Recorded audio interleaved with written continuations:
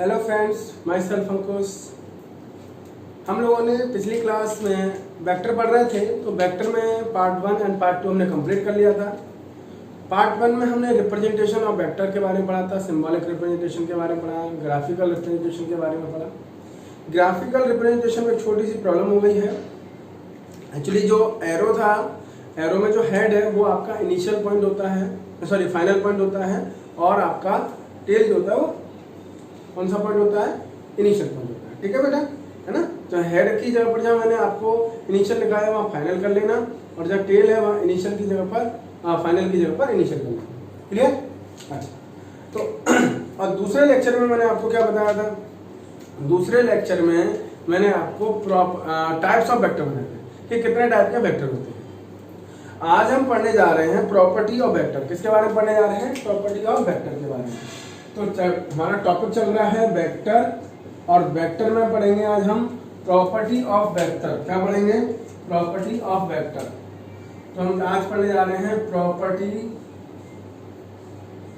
Of vector, यानी vector की क्या क्या प्रॉपर्टीज होती हैं उनके बारे में डिस्कस करेंगे। सबसे पहली प्रॉपर्टी है कि अगर मैं किसी वेक्टर को पैरेलली शिफ्ट कर दूं, क्या कर दूं?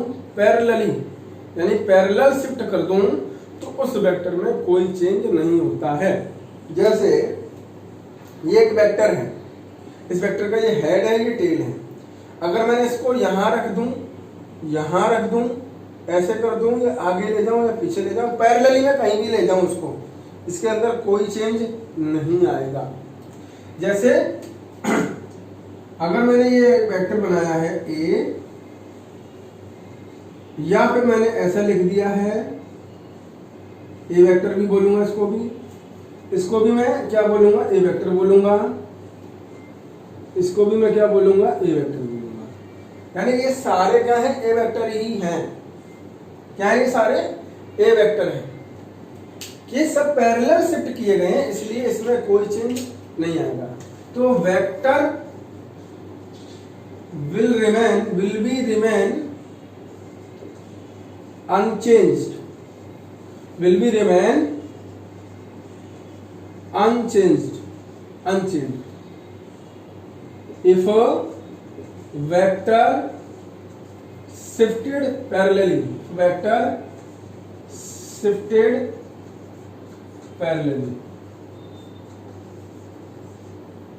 अगर वेक्टर को पैरेलल शिफ्ट कर दिया जाए तो उसके अंदर कोई चेंज नहीं आएगा।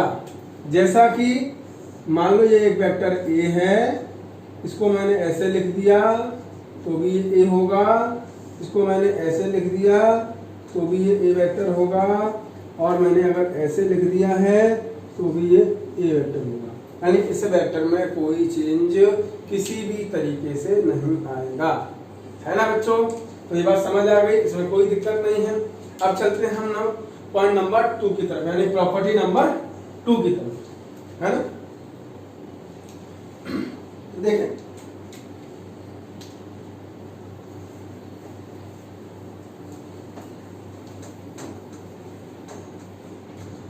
प्रॉपर्टी नंबर 2 क्या है? अगर किसी वेक्टर को मैं 0 डिग्री या फिर 2 पाई, यानी कि 0 डिग्री या 360 डिग्री से रोटेट कराऊंगा तो उसमें कोई चेंज नहीं आएगा। लेकिन इसके अदरवाइज अगर रोटेट कराता हूं तो उसमें चेंज आएगा। 0 का मतलब है कि कोई रोटेशन नहीं कराया, 360 का मतलब है कि वो उसको पूरा रोटेट करा के वहीं लेके आ गए। ठीक है? तो vector will be change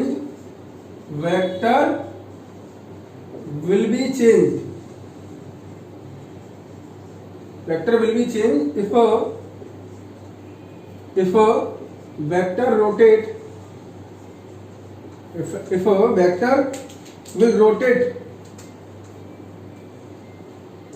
vector will rotate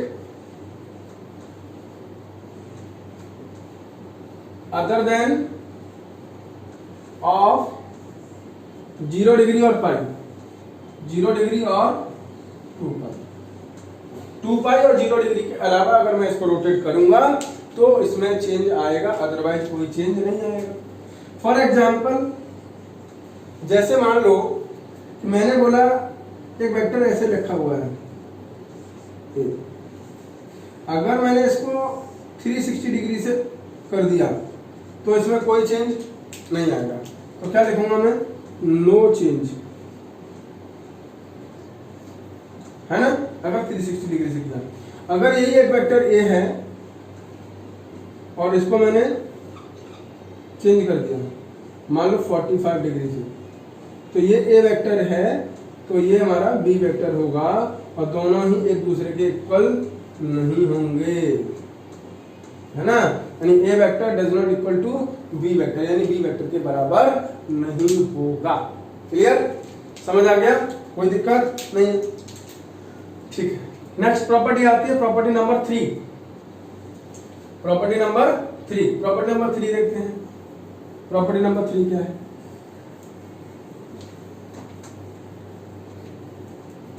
property number 3 है कि अगर किसी वेक्टर को मैं मल्टीप्लाई करा दूं, अगर किसी वेक्टर को मैं मल्टीप्लाई कराऊं रियल नंबर के साथ तो क्या होगा।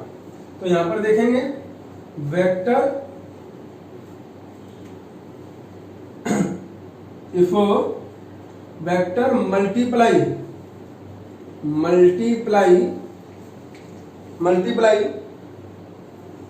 With real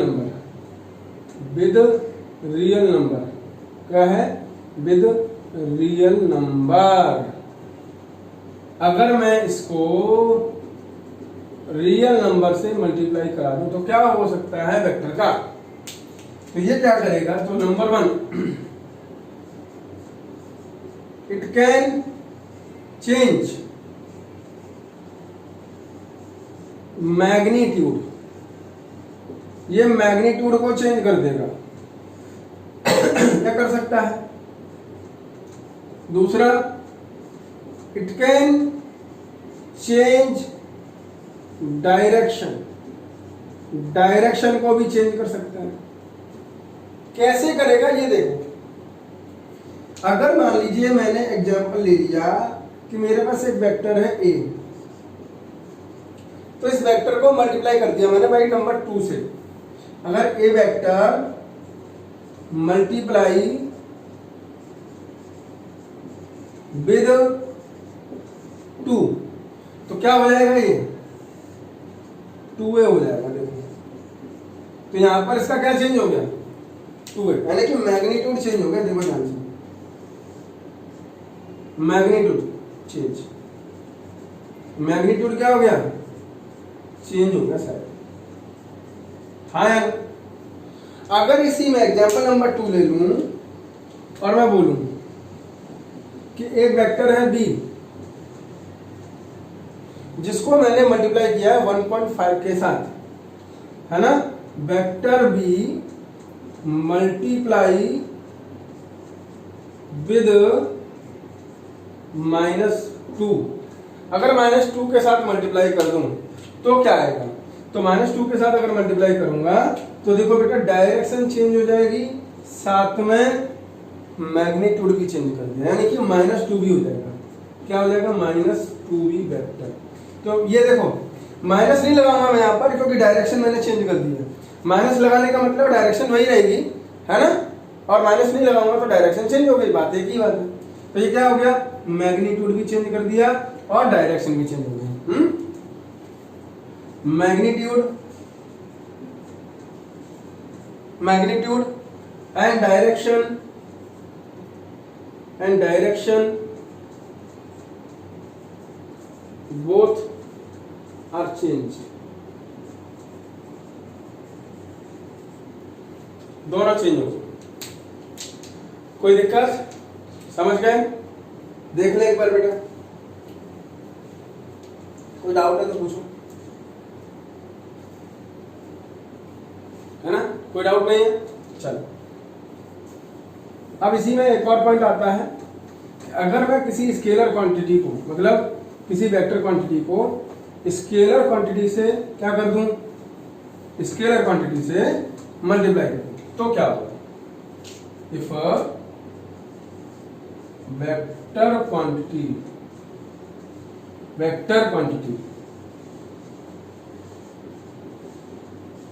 multiply with scalar quantity, scalar quantity का मतलब होता है कि ये कभी नेगेटिव नहीं होती, ध्यान रखना।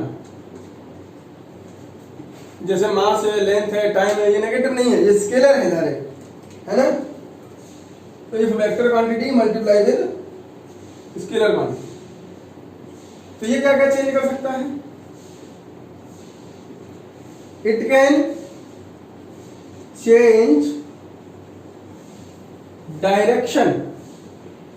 तो डायरेक्शन चेंज तो तब होती है जब माइनस से मल्टीप्लाई होता है, तो माइनस से मल्टीप्लाई मैं कर नहीं रहा, तो डायरेक्शन चेंज नहीं होगी। तो it can change unit, unit change कर देगा। यूनिट जानते हो? यूनिट का मतलब है जैसे केजी, मीटर, मीटर पर सेकेंड या न्यूटन, इनको चेंज कर सकता है। दूसरा, it can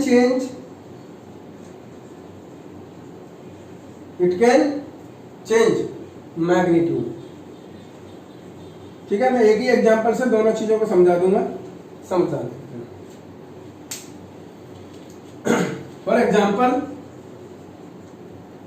number 1, example number 1 क्या है उसको समझें। जैसे मान लो अगर यहां पर मैंने बोला कि बी वेक्टर दिया है 3 मीटर पर सेकेंड, यानी वेलोसिटी वेक्टर दिया है मुझे कितना, 3 मीटर पर सेकेंड, राइट। अगर मैं इसको मल्टीप्लाई कर दूं, B vector multiply with 2 kg, अगर 2 kg से मल्टीप्लाई कर दूं तो क्या होगा? तो आपको पता होना चाहिए कि P इक्वल टू क्या होता है, m इंटू बी होता है ना। तो यहां पर क्या हो जाएगा, डायरेक्शन चेंज नहीं होगी, पता है ना क्यों? क्योंकि मास 2 kg पॉजिटिव होता है। तो ये कितना हो गया, 3 की जगह पर 6 हो जाएगा, है ना। तो ये हो जाएगा 6 kg मीटर पर सेकेंड, और ये बन जाएगा P वेक्टर, है ना। डायरेक्शन भी चेंज कर दिया, सॉरी मैग्नीट्यूड भी चेंज कर दिया, यूनिट भी चेंज कर दिया, और खुद का नाम भी चेंज कर दिया, यानी खुद की पहचान भी चेंज कर दिया, है ना। आया समझ में? तो इस तरीके से हम चेंज कर सकते हैं। क्लियर बच्चों? तो ये इसकी क्या है, प्रॉपर्टी है, ये हमें याद रखनी है। अच्छा, इसके बाद एक आता है डिवीजन वाला। क्या आता है? डिवीजन। तो डिवीजन वाला देखते हैं, ठीक है। समझ में आ गया? आगे चले, चलो।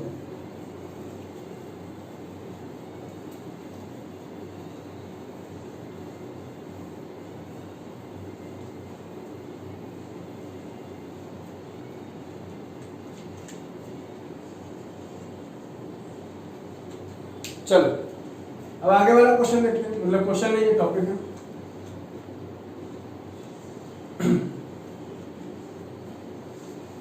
तो प्रॉपर्टी नंबर 1 समझ आ गया, प्रॉपर्टी नंबर 2 समझ आ गया, प्रॉपर्टी नंबर 3 आ गया, है ना। प्रॉपर्टी नंबर 4, अगर मैं किसी भी स्केलर को डिवाइड कर दूं वेक्टर से, इफ स्केलर क्वांटिटी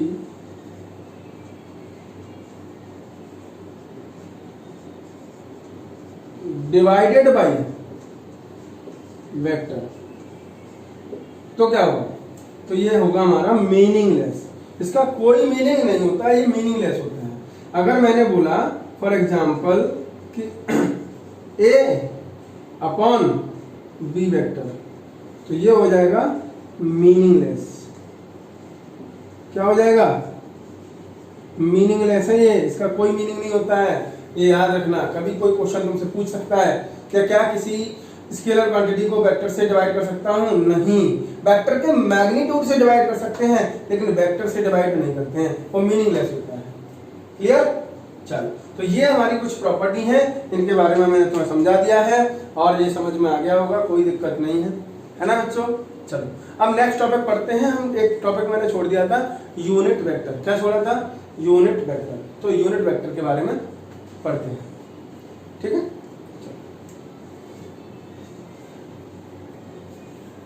अब यूनिट वेक्टर देखते हैं। यूनिट वेक्टर ये मैंने टॉपिक छोड़ा हुआ था, उसमें मैंने बताया था कि टाइप ऑफ वेक्टर में बताया था ना, जीरो वेक्टर भी बता दिया था बट यूनिट वेक्टर नहीं बताया था मैंने, बहुत बड़ा है, इसको बाद में समझ लिया। यूनिट वेक्टर ये लास्ट टॉपिक है आज के लेक्चर का। यूनिट वेक्टर क्या है? यूनिट वेक्टर का मतलब है कि जिसकी यूनिट 1 आ जाए। यूनिट वेक्टर से मतलब जिसकी यूनिट क्या आ जाए? 1। जिसकी यूनिट 1 आ जाए मतलब वो यूनिट वेक्टर है ना, यानी कि जिसका मैग्नीट्यूड 1 आ जाए। यूनिट 1 का मतलब क्या हुआ? केजी मीटर वाला यूनिट नहीं है यहाँ पर। यहाँ यूनिट का मतलब है कि यूनिट वेक्टर का मतलब है कि जिसका मैग्नीट्यूड क्या हो? 1 हो। तो यहाँ पर बोल सकते हैं whose magnitude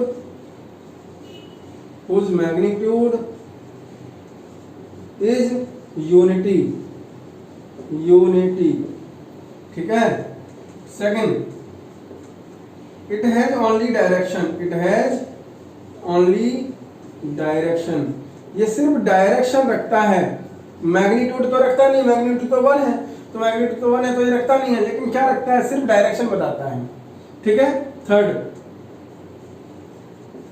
it is unitless है, इसकी कोई यूनिट नहीं होती है, ध्यान रखना। यूनिटलेस, ये कि यूनिटलेस है, इट इज यूनिटलेस, ठीक है। अच्छा, इसको डिनोट करते हैं किसी भी, मान लो ए है तो ए के ऊपर के कैप लगाते हैं, कैप से डिनोट करते हैं, कैप से, है ना।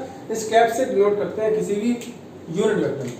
अगर किसी भी अल्फा वेक्टर पर अगर हमने कैप लगा दिया मतलब वो हमें क्या दे रहा है? यूनिट वेक्टर के बारे में बता रहा है। अब देखो यहाँ पर समझाता हूं मैं। वेक्टर का मतलब क्या है? जैसे मतलब वेक्टर दिया है, इसका मतलब दिया है मैग्नीट्यूड, है ना, और डायरेक्शन, दोनों चीजें दी गई हैं, ठीक है बच्चा। ये दोनों चीजें दी गई हैं, ध्यान से समझना। अब अगर मान लो मुझे इस पूरे वेक्टर का मैग्नीट्यूड 1 चाहिए, क्या चाहिए? मैग्नीट्यूड 1। तो अगर मैं इसके मैग्नीट्यूड से, यानी इसी वेक्टर के मैग्नीट्यूड से इस पूरे को मैं डिवाइड कर दूं तो इसका मैग्नीट्यूड क्या आ जाएगा? दोनों को डिवाइड करता तो दोनों कट जाएंगे तो आंसर आएगा 1। यानी कि मैं इसके मैग्नीट्यूड को इसी के मैग्नीट्यूड से क्या कर दूं? डिवाइड कर दूं, ठीक है। तो यहाँ पर बन जाएगा सिर्फ 1 और डायरेक्शन यहाँ पर बचेगी सिर्फ। तो इसलिए मैंने बोला कि यूनिट वेक्टर क्या देता है? ओनली डायरेक्शन देता है, या डायरेक्शन के बारे में बताता है कि ये डायरेक्शन इधर है या इधर है या इधर है, ये डायरेक्शन के बारे में बताता है, क्योंकि इसका मैग्नीट्यूड तो 1 है, ठीक है। अच्छा, मैंने पिछली बार बताया था क्लास में कि ये सिर्फ क्या होता है? ये होता है मैग्नीट्यूड ऑफ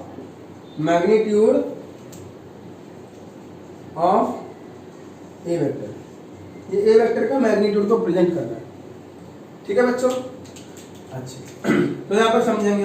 अब जैसे ए कैप दे दिया, ए कैप का मतलब क्या हुआ? A vector upon mod of A vector, इसका मतलब ये है ना बच्चों। इसका मतलब है कि A vector equal to A vector upon mod of A. अब ए वेक्टर का मतलब हुआ magnitude into direction upon magnitude, magnitude से मैग्नीट्यूड चला जाएगा, यूनिट बन जाएगा 1, यानी मैग्नीट्यूड बन जाएगा 1 और बचेगा सिर्फ डायरेक्शन। तो ए कैप क्या देगा? डायरेक्शन देगा। किसकी डायरेक्शन?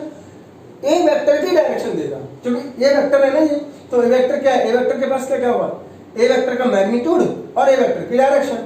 अब ए वेक्टर के मैग्नीट्यूड से मैग्नीट्यूड को डिवाइड कर दिया तो आंसर आएगा 1। तो मैग्नीट्यूड तो 1 हो जाएगा, लेकिन डायरेक्शन किसकी बचेगी?